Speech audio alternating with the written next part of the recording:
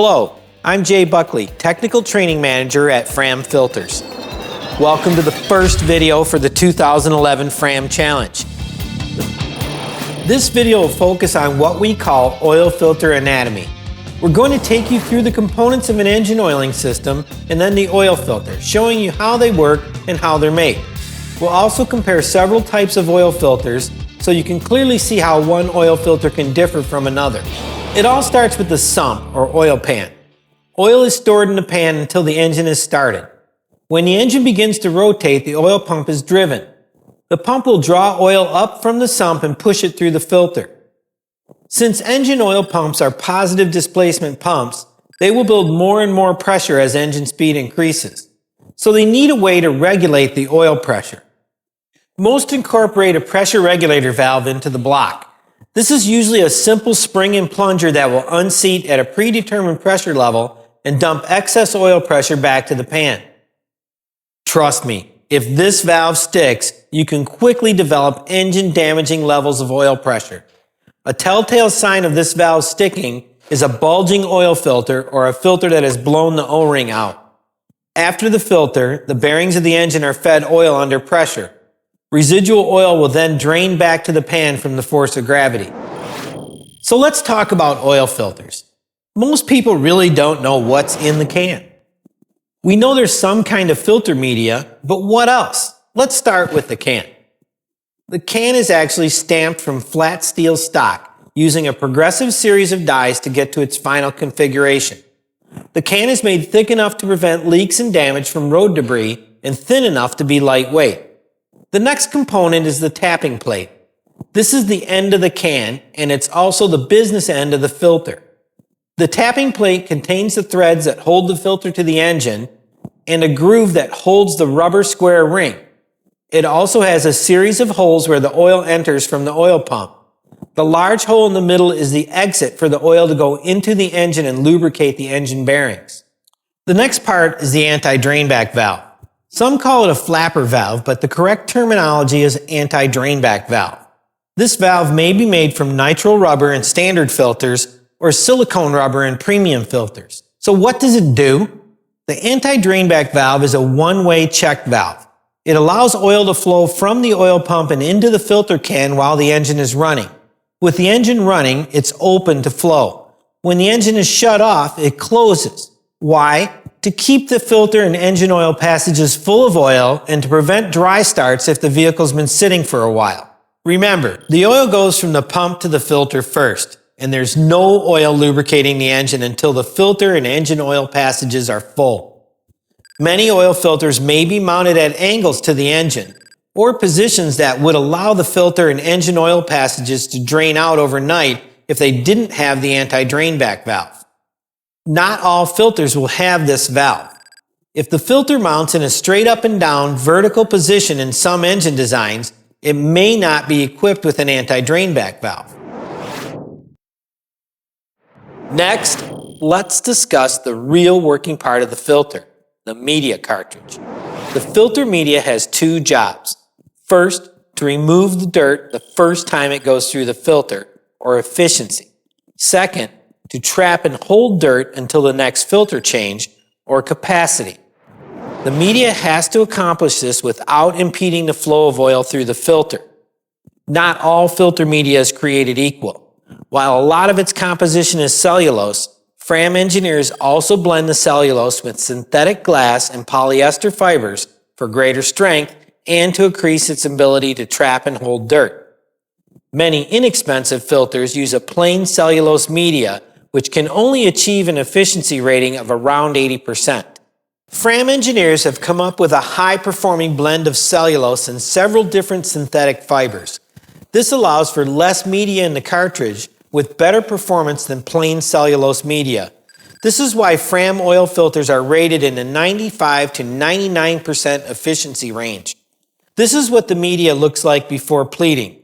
It actually comes in huge rolls that are fed into a pleating machine. The result is this long accordion of pleated media. This media is wrapped around the steel center tube to form the cartridge. Then a plastisol glue is applied to seal the engineered fiber end caps onto the cartridge.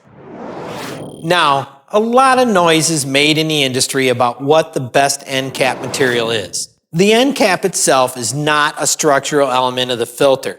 It only serves to hold the glue that seals the ends of the media cartridge. Fram engineers began using engineered fiber end caps more than 45 years ago. They do this because they know that the bond of the glue is better when you're gluing two porous surfaces together. The Fram team has built over 2 billion filters this way. In video 2, we'll show you the hot oil testing that we do every day to prove out this technology. There are many vehicle manufacturers today that use similar technology, including Bentley, Honda, GM, and Subaru. In fact, today many newer Toyota OE filters use no end caps at all. The next part of the oil filter is the bypass valve or relief valve. This valve has two very important functions. The first function is making sure your engine has oil flow and pressure on a cold start. When your oil is cold, it can be very thick and resistant to flow. It may be too thick to actually flow through the filter media. When that happens, this valve will open and allow oil to get to the engine and lubricate the bearings. As the engine and oil warm up, it will close and let the oil go through the filter media. The second function is proper oil flow when the filter reaches its full capacity. All oil filters have a finite capacity to trap and hold dirt, which we'll discuss at length in video 2. When the filter reaches its full capacity, it loses its ability to flow oil through the media. The bypass valve will open and allow unfiltered oil to get to the engine bearings. This is not an ideal situation, but it's better than no oil at all. Why would this happen? Because the filter's been left on the car beyond its useful life. There are many factors in oil change intervals. These include driving style and trip length, quality of oil and filter used, and even frequency of maintenance since the car was new. What does that mean? A vehicle that has had a lot of short trip driving without regular oil and filter changes may have a lot of sludge internally.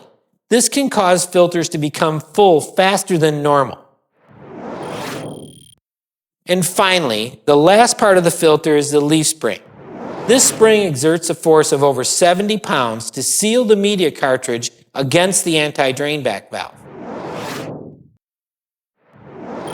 Now we'll give you a brief overview of the differences between several different types of oil filters. While many are familiar with the standard Fram ExtraGuard orange can, Fram also offers 3 other filters to suit different change intervals and driving styles.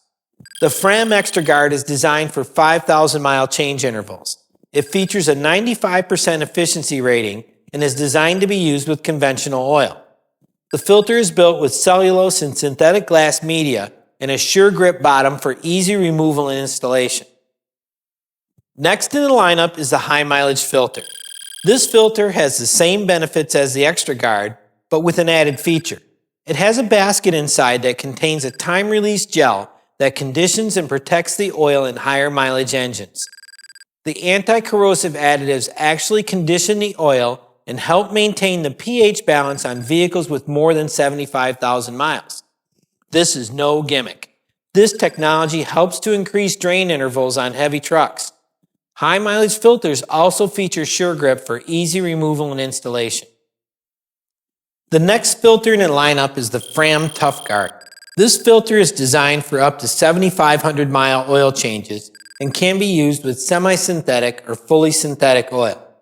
This filter has a silicone anti-drain back valve for longer life.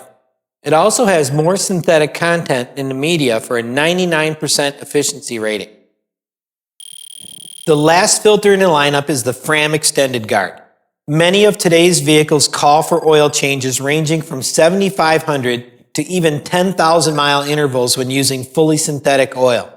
The Fram Extended Guard filter is the right filter to use with these extended intervals. Why? First, it uses a pleated steel media screen held in place by steel end caps. The steel pleats are then wrapped with 2 layers of highly synthetic and polyester glass blend filtering media. This results in a filter with almost double the dirt trapping capacity of the average leading economy filter.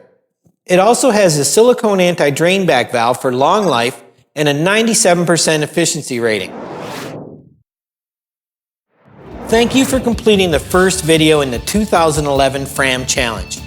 We hope that this focus on oil filter anatomy has given you some useful insights into how oil filters work, their internal components, and the different types of oil filters. Thank you for your time.